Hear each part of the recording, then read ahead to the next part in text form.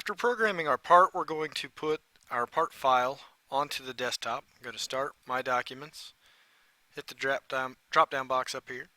We're going to find our flash drive, find our .fnc text document.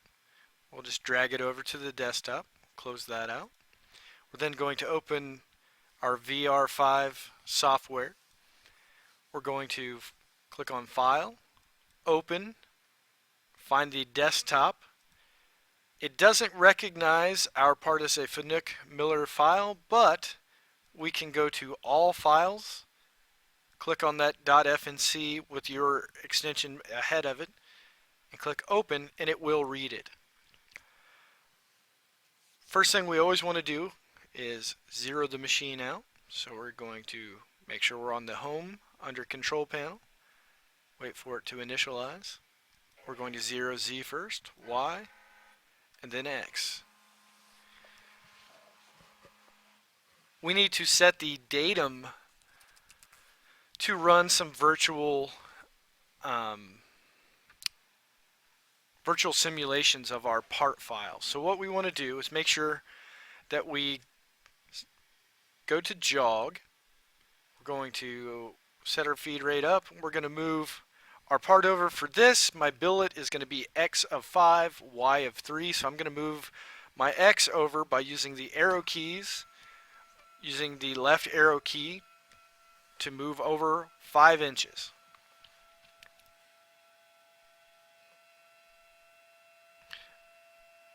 And again, I would touch the part with an edge finder or some other method if I were actually machining this part. Right now I'm just going to set it up so I can verify that my program is correct. So I'm going over, there's approximately 5. I'm using the down arrow key to move the y-axis over to -2.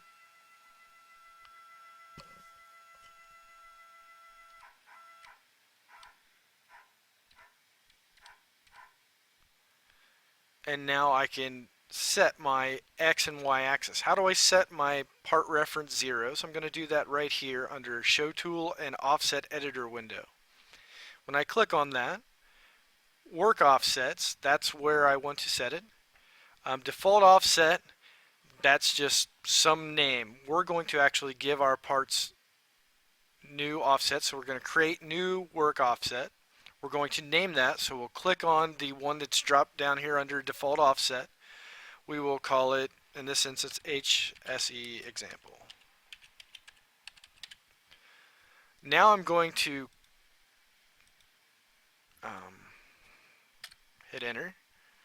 Make sure HSE is highlighted. Click Activate on the right-hand side. Now it is my active offset. I'm going to set my datum. So it's roughly where I want it. Just say, for sake of argument, this is where I want it to be. I'm going to push X and then Y. So each time I click on that button, it is setting that datum position to 0. That's the part reference 0. The numbers that it is put in here is how far it is away from the machine home. The next thing I'm going to go in and do is set the tooling data. I need to tell the machine what kind of tool I have and how big is it, and what is its diameter, how long is it, what kind of tool is it. For this example, I'm going to use a 1/8 inch ball end mill, so you can have all kinds of different tools. We're going to use a ball end mill. Set a flute length of 1.0 and a length of 1.0. You'll have to measure your individual tool to know exactly what that length is, what the flute length is, but for this example, I'm just saying it's 1 inch and 1 inch. I'm then going to move back over the control panel, make sure my jog button is green. I'm going to move it down to wherever the top of my part is. Instead of touching the top of my part, I'm going to move it down, and I'm going to use a precision gauge block to set my reference 0 for Z. So I'm going to move it down till it's just below the top surface of the precision ground gauge block. Then I'm going to move my feed rate down, both my machine feed rate and my jog feed rate. It cannot be 0 for the machine feed rate. It can be 1%. That's the smallest you can go with the machine feed rate and have it still move. And 1 inch per minute for my jog is the slowest it can be. Now I can step up using the page up button. I can step my Z up until the gauge block slides just underneath of my part. Or under, not my part, excuse me. Slides under my end mill. Once I've done that, I can know how far my tool is away from the top of my part. So I'm going to, for the sake of argument, say that this is the top of my part. It's not. I would have to move it down the height of my gauge block, but I'm just going to set it as my top of my part here. I'm going to give this a name. I'm going to say it's 1/8 inch ball end mill. Oops.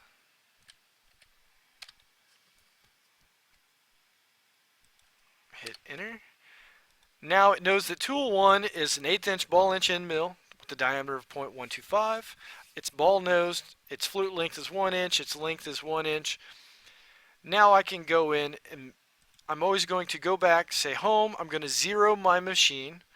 To get rid of the tool and offset editor, I'm going to click on the offset editor button again. I can go to home, click Z, I can jog my machine back to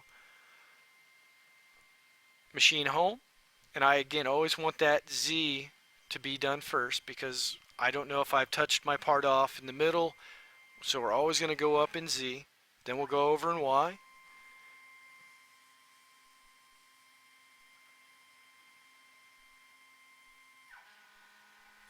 and then X.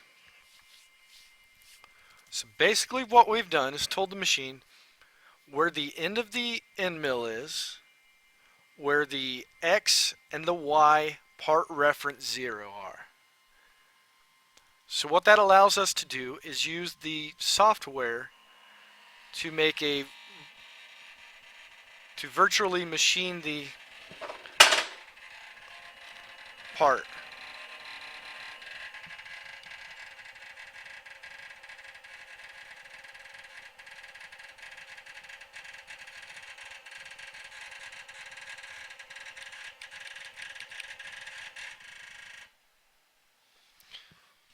And the machine glitched a little bit there. So we're going to go over to 2D, 3D simulation window. Click on it. When it pops up, since we have our blank or our billet defined inside of our code, it automatically generates what the block should be.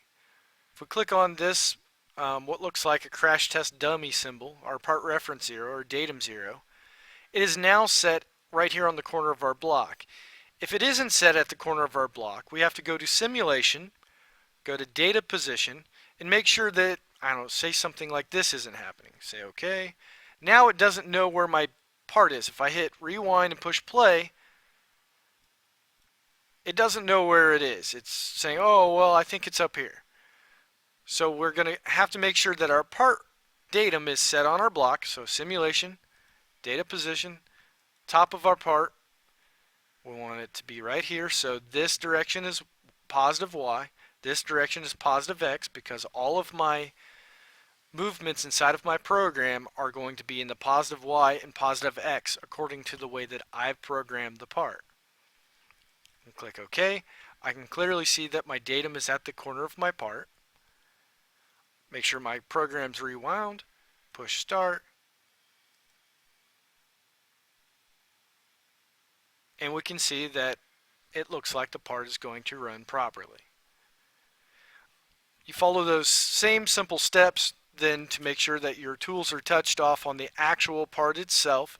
So we would have to come down, find the gauge block, top of the gauge block, then move our Z down that known distance, set your reference for your Z, then you could run your part. We want to make sure that we have a dry run where we run it above our part first. So when we first set it for the gauge block, we're going to simulate it, knowing that, okay, the tool paths are good. Then we're going to actually run the machine. So we would close this out, click on auto, push play. It says, do you want to run it? Yes. And it's going to actually go and run the machine. You have to make sure that when you go to run the machine, don't expect the M3 S1500 to actually turn the spindle on. These machines are old enough that you actually have to manually turn the spindle on. You're going to do that by pushing the on-off switch on the front of the machine and turn the dial clockwise to increase the feed rate of the end mill, counterclockwise to decrease the speed of the end mill. And then you would dry run your part, making sure everything's working well. And if everything worked well, you're going to then go ahead and move your part reference 0 down, set it, and then run the part for sure.